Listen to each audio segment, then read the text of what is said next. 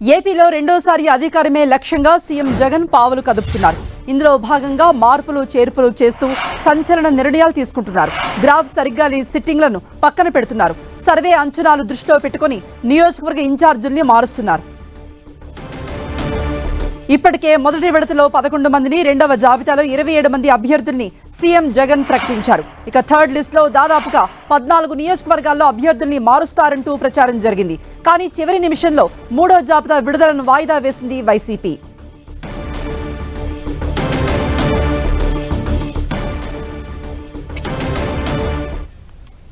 నేడు లేదా రేపు సాయంత్రానికి థర్డ్ లిస్టు ప్రకటించే అవకాశం ఉందని సమాచారం. ఇక నిన్న ప్రకటించాలని భావించిన 14 స్థానాలతో పాటు మరికొన్ని స్థానాలు పెరిగే ఛాన్స్ ఉందని సమాచారం. 15 నుండి 20 స్థానాల్లో మార్పులు ఉండవచ్చని భావిస్తున్నారు. ఇక ఈసారి చాలా వరకు ఎంపీ స్థానాల్లో మార్పులు చేసే అవకాశం ఉందని పార్టీ శ్రేణులు చెబుతున్నాయి.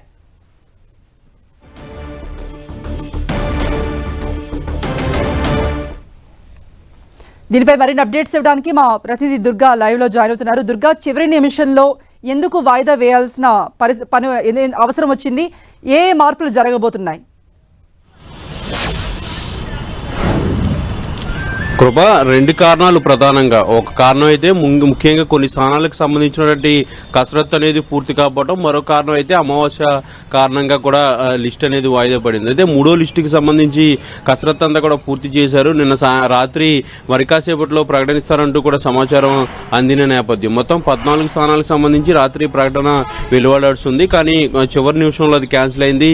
అయితే కొన్ని స్థానాలకు సంబంధించినటువంటి కసరత్తు పూర్తి కాకపోవడం, అలాగే అమావాస్య గడియలు వచ్చాయంటూ కూడా కారణం చెప్తూ దాన్ని వాయిదా వేసినటువంటి పరిస్థితి కనిపిస్తుంది. అయితే కసరత్ అనేది ఇంకా కూడా కొనసాగుతుంది. ముఖ్యంగా ఇన్ఛార్జీల మార్పులకు సంబంధించి ప్రధానంగా ముందు నుంచి అనుకున్నట్టుగా మొత్తం 65 స్థానాలకు సంబంధించి ఇన్ఛార్జీలు మార్పులు చేర్పులు చేయాలని సీఎం జగన్ నిర్ణయం తీసుకున్నారు. అందులో భాగంగానే ఇప్పటివరకు 38 స్థానాలకు సంబంధించినటువంటి మార్పులు చేర్పులు ప్రకటించారు. అయితే మిగిలినటువంటి స్థానాలకు సంబంధించినటువంటి మార్పులన్నీ కూడా సంక్రాంతిలోపు పూర్తి చేయాలని నిర్ణయం తీసుకున్నారు. దానికి సంబంధించినటువంటి కసరత్తు కూడా ఆల్రెడీ చేస్తున్నారు. అయితే ఇప్పటికే చాలా మంది నేతలతోనూ అలాగే ఎమ్మెల్యేలతోనూ ఎంపీలతోనూ సీఎం జగన్ సమావేశం అయ్యారు. మార్చాల్సినటువంటి అంశాలకు సంబంధించి ఎందుకు మారుస్తున్నామనే విషయాలన్నీ కూడా పూర్తిగా ఆయన చెప్పడం జరిగింది. ఈ నేపథ్యంలోనే నిన్న రాత్రి లిస్టు ప్రకటిస్తారు మూడో జాబితా అనుకుంటే చివరి నిమిషంలో అది వాయిదా పడింది. ఈ రోజు కూడా మరికొంతమంది ఎమ్మెల్యేలను అలాగే కొంతమంది నేతలను కూడా సీఎం జగన్ కలవబోతున్నారు. ఈ రోజు రాత్రికి లేదంటే రేపు రాత్రికి ఈ మూడో లిస్టు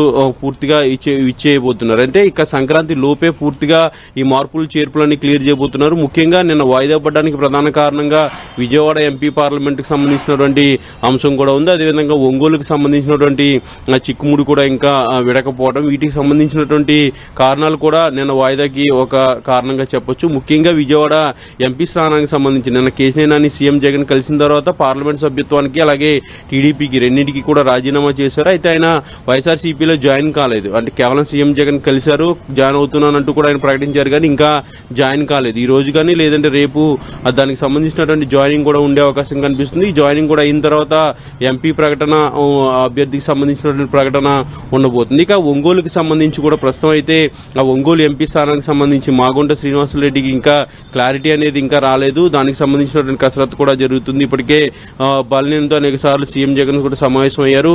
అక్కడ ఉన్నటువంటి పోటీలో ఉన్నటువంటి వైవి సుబ్బారెడ్డికి ఆల్రెడీ రాజ్యసభ కూడా ఇచ్చారు. ఇక ఎంపీ స్థానానికి సంబంధించి కూడా కాస్త క్లారిటీ రావాల్సినటువంటి నేపథ్యంలో ఇక కొన్ని అసెంబ్లీ సెగ్మెంట్లకు సంబంధించి ప్రధానంగా కొంతమందిని ఎక్కడెక్కడ అకామిడేట్ చేయాలి, ఇప్పటివరకు ఉన్నటువంటి లిస్టు ప్రకారం ఉన్నటువంటి అసెంబ్లీ స్థానాలకు సంబంధించి గతంలో ఎంపీ స్థానాలు అలాగే విధంగా అసెంబ్లీ స్థానాలకు సంబంధించి ఎవరికైతే టికెట్ నిరాకరించారో వాళ్ళని అకామిడేట్ చేసే పరిస్థితులు కూడా ఉన్నాయంటూ కూడా సీఎం జగన్ ఆలోచన చేస్తున్నట్టు తెలుస్తుంది. వాళ్ళు ముఖ్యంగా గుడివాడ అమర్నాథ్ లాంటి వ్యక్తిని ఆల్రెడీ అనకాపల్లి నుంచి అక్కడి నుంచి తప్పించారు కాబట్టి అతన్ని ఎక్కడ అకామిడేట్ చేయాలనే దానికి సంబంధించి మొదట్లో పెందుర్తి అనుకున్నారు. పెందుర్తికి కాస్త వెళ్లేందుకు అమర్నాథ్ అంత ఆసక్తి చూపించకపోవడంతో అతనికి వేరే సెగ్మెంట్ చూస్తున్నట్టుగా సమాచారం అవుతుంది. అయితే పెందుర్తిని కూడా అధిపరాధికి కన్ఫర్మ్ చేసినట్టుగా సమాచారం అవుతుంది. వీటన్నింటి నేపథ్యంలో ఈ కసరత్ అనేది ఇంకా కూడా పూర్తిగా జరుగుతుంది కాబట్టి పూర్తి స్థాయిలో ఇప్పటివరకే అయితే 14కు సంబంధించినటువంటి ప్రకటన చేయాల్సినటువంటి ఉన్న నేపథ్యంలో ఈ రోజు అలాగే రేపు మన కసరత్ అంతా కూడా పూర్తి చేసి